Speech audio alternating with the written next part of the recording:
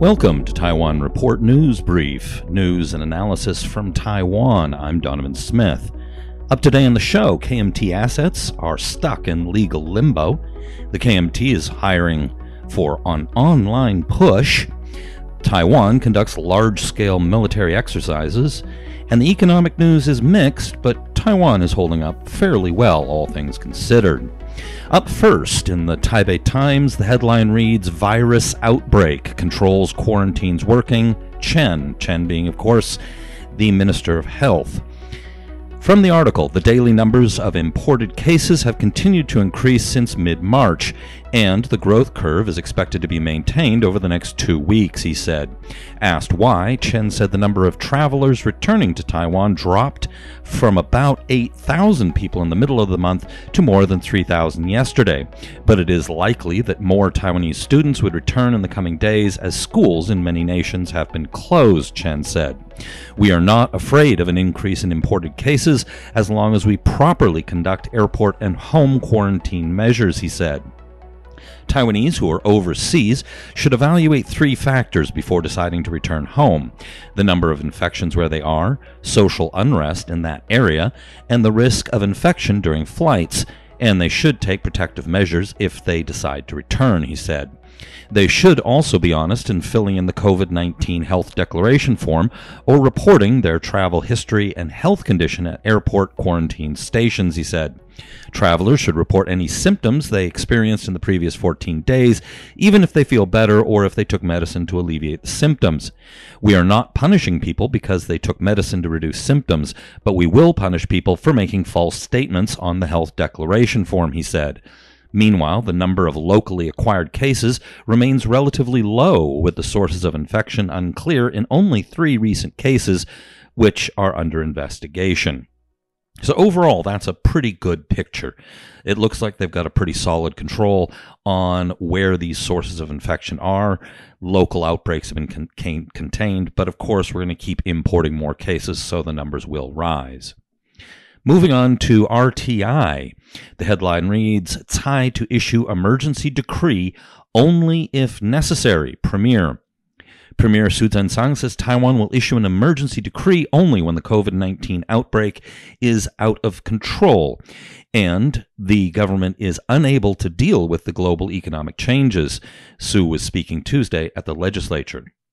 At this point, the situation isn't out of control, so if they were to issue an emergency decree, that would just simply increase panic, which is not really very helpful now. Again, in the Taipei Times, the headline reads, Virus Outbreak, Social Distancing Key to Limiting COVID-19 Spread. A public health expert yesterday warned that too many people are meeting in small groups in coffee shops and restaurants without keeping a proper distance from one another, as he urged the government to loosen the criteria for testing young Taiwanese returning from abroad for COVID-19. People need to keep a social distance of at least 2 meters. NTU College of Public Health Dean said as the college presented its weekly report. So that's fairly good advice. Keep 2 meters away from everyone, or that's roughly 6 feet if you prefer that measurement. But obviously it makes dating really awkward. In Focus Taiwan, the headline is, at least 2 more months needed to contain COVID-19 outbreak, VP. It will take at least another 2 months to contain the surging new coronavirus disease outbreak worldwide, Vice President Chen Jianren predicted during an exclusive interview with CNA on Tuesday. One of the reasons is that some patients exhibit few symptoms or are asymptomatic. They are not aware of being infected and so spread the virus to people around them unknowingly. Another reason is that although drastic measures taken by governments around the world will help mitigate the spread of the coronavirus, the ability of governments to control the outbreak differs. Some suggest that the outbreak can be contained before the end of April. I think that is too optimistic, he said.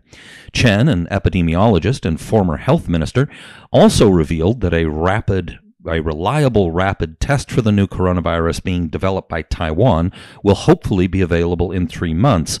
At that time, it will be possible to identify COVID-19 patients quickly, allowing the government to take prompt action in isolating them and further prevent spread of the coronavirus. A vaccine for the respiratory disease can hopefully be developed in 6 months, Chen said. However, he added government approval for its use would take a little longer, probably 1 year to 18 months, because it has to be tested on healthy people. Whether COVID-19 recurs in particular seasons like influenza also needs to be observed, he said. Now, what's interesting is that he talks about the world here. He doesn't specifically say Taiwan, although you could infer that he's talking about Taiwan as well by extension. However, there's not much traffic going on in and out, and while we're bringing new imported cases back from returning Taiwanese, new visitors to the country are largely limited. So that will probably start to taper off. Continuing on in Focus Taiwan, Taiwan defends relatively limited COVID-19 testing. Amid doubts over relatively low number of COVID-19 tests being done by Taiwan, Vice President Chen Jianren has defended Taiwan's practices, saying large volumes of tests are only needed when sources of infection cannot be traced. As of March 18th, Taiwan had conducted 20,014 tests for the new disease, compared to 307,000 by South Korea. So this is raising questions over whether Taiwan's testing has been aggressive enough. However, the health minister Chen Shizhong, who heads the Central Epidemic Command Center, on Saturday turned down a call for conducting more COVID-19 tests, as many people have requested getting tested at their own expense. Chen contended that such a practice could increase the number of false positive cases. So on Facebook, the vice president, he said that the prevalence of the new coronavirus disease is under 1 per 100,000 people in Taiwan, and only a few cases have unknown sources, to explain why Taiwan has not conducted more COVID-19 tests. Instead, he said Taiwan has concentrated its testing of those who have come in contact with infected patients and those categorized as highly vulnerable to COVID-19. Such practice guarantees that the tests are proper and efficient and in line with cost-benefit principles, the vice president said. To defend Taiwan's process, Chen Jianren showed data for 13 countries that have conducted more than 15,000 tests to date on how many tests they've done and the number of positive cases found and the prevalence of the disease in those populations. According to Chen, the figures generally showed that the lower the rate of positive tests, the broader the coverage of tests of potentially infected people. Continuing on in Focus Taiwan, the title is How a Team of Technicians is Helping Taiwan Triple Mask Production. In industrial parks across northern Taiwan, a team of some 100 technicians has spent the last 6 weeks assembling 92 surgical face mask production lines that will boost the country's daily production capacity from 4 million to 13 million masks. Now, by the way, they're at about 12.6 now, and they expect in early April to hit that 13 million target. Recruiting from companies across Taiwan, they have been compared to a national team of engineering talent in the local media and have been hailed by President Tsai Ing-wen for their contributions. So in pretty much the summary or the picture that's coming out here from the news, and continues in this one here, is that essentially Taiwan is prepared fairly well. It's continuing to prepare fairly well. The government is responding to the experts, and the experts include the vice president. And so, rounding up our coronavirus coverage for the day, in RTI, Taiwan has enough rice to last 9 months. In fact, the news is even better than that. Taiwan's Agriculture and Food Agency says there's enough rice to last the country 9 months. Officials say there's no need for the public to hoard goods. An employee at a orders are coming in from both retailers and online customers. So there's this company here. It says here the Agriculture and Food Agency is reminding people not to worry. They say that Taiwan has more than 900,000 tons of rice stored away. Taiwan usually goes through an average of 100,000 tons of rice a month, meaning current supplies can last 9 months. Furthermore, Taiwan's first rice harvest of the year will take place in May, producing nearly 1.2 million tons of rice. In other words, we're doing fine on the food front. All right, moving on to the KMT assets. This is in the Taipei Times.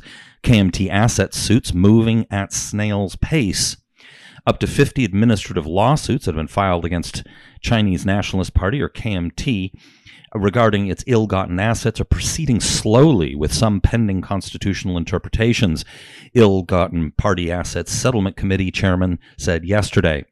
Several lawsuits were suspended after some of the entities that had been appealed applied to halt the lawsuits on grounds they lacked legitimacy, or their execution might cause irreparable damage.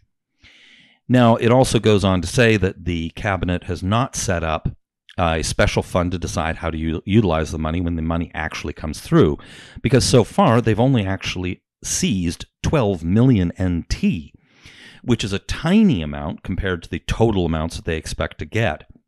Regarding the scope of assets that should be seized, statistics indicate that the KMT should transfer its holdings in Central Investment and Xinyutai, I'm not sure the characters on that, worth 27.2 billion NT dollars to state ownership, while assets belonging to the National Women's League that should be nationalized include 37.5 billion in cash stock holdings with a market value of 600 million NT, with land and buildings that cover 2,600 square meters.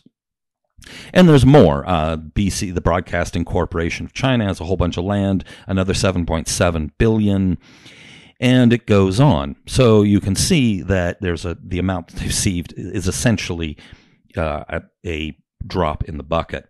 Now, of course, at this point, this is doing nobody any good. There's a large amount of money that could right now be used, for example, to prop up the economy during this current crisis, and it's not helping the KMT either. Moving on to local media Now News. All right, Johnny Chiang has come out and is launching a campaign, and it says, "We want you." And essentially, they want to digitize their services and start promoting themselves on social media. And this is done so that they can reach out particularly to younger voters. And he's calling on the people that they employ to help turn around a 100-year-old Lao Dian, or old shop, which is being kind of a cute way of saying an old party. Now, this is all well and good, and obviously this will help the party some, but the real key that they're going to have to worry about is once they've got this social media in place, which is great for helping to reach out to younger potential voters, then they actually have to come up with a message that will actually interest younger voters. And that's going to be the harder task, I think, than just creating platforms to reach them. Once they've reached them, then what? Moving back to Focus Taiwan. Taiwan holds joint air drill featuring simulated air scramble. That sounds tasty. Taiwan's armed forces held large-scale military exercises throughout the country on Tuesday, with 8 F-16 fighter jets from Hualien Air Base conducting simulated long-range intercept missions above Taiwan. The drill was primarily held to test the military's combat readiness against an all-out Chinese aerial invasion, the Ministry of National Defense said. Units from all branches of the military took part in the joint exercises, started at 5:30 a.m., with the simulated air attack by the People's Liberation Army the main highlight of the day, according to the ministry. Ooh, sounds like a fun highlight. The drill came amid recent missions by Chinese warplanes flying near Taiwan's airspace, resulting in Taiwan's Air Force having to scramble its jet fighters to intercept and monitor their movements. On February 10th, Chinese military planes briefly crossed the Taiwan Strait median line and entered Taiwan's airspace. And this has been going on. They've been doing flybys and other similar incidents where they've crossed the median line. They seem to be increasing their activities. And finally, we'll move to some economic news. Here in the Taipei Times, DBS slashes GDP growth forecast. DBS Bank Limited yesterday hacked its GDP growth forecast for Taiwan this year to 0.9%, down from its estimate of 2.3% 2 months earlier, in light of the COVID-19 pandemic and increasing financial market volatility. The bank's latest forecast was even lower than London-based IHS Markit Limited's estimate of 1%, while other research institute projections range from 1.6 to 2.6. The central government is predicting 2%, And also, which one was it? Cathay, I think, also is predicting 2%. So the range is pretty wide. Continuing in the Taipei Times, unemployment rate rises to 3.7%. Virus effects start to show. The headline is actually is slightly more alarmist than the actual truth here so far. It says the nation's unemployment rate last month edged up 0.6 percentage points to 3.7%. That's not a major increase. The concern is what happens going forward. Also in the Taipei Times, industrial production drops due to virus. Again, the headline's a bit pessimistic here. Industrial production last month declined 1.85% from January, but surged 20.34% from a year earlier, the Ministry of Economic Affairs said yesterday. Well, that's pretty good. The monthly decline was mostly due to the COVID-19 outbreak, which dampened overall production last month. It attributed the annual increase to a low comparison base last year, as the Lunar New Year holiday last year fell in February. In the first 2 months of this year, industrial production increased 7.85% annually on the back of contributions from the manufacturing sector. So, which saw output expand 8.27%, the highest in 3 years. In other words, the economy is taking a little bit of damage so far on the industrial production side, but really not very much. There was also a lot of articles that have been coming out over the last few days that actually a lot of these companies say that they're still receiving a lot of orders from overseas. And in Focus Taiwan, Taiwan shares soar, end above 9,200 points.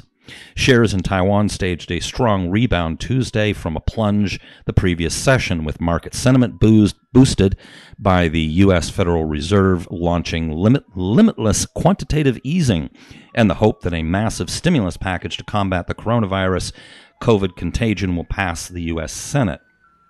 Dealers said buying in large cap stocks increased across the board as bargain hunters turned active, while government-led funds apparently took advantage of the improved mood to enter the market, helping the main board close up almost 400 points.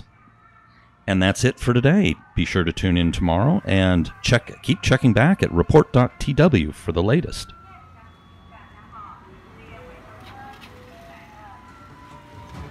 This has been brought to you by the Taiwan Report. For more content like this, become our patron at report.tw. 哎呦，就是那个台湾狗啦，最喜欢我的台湾狗了。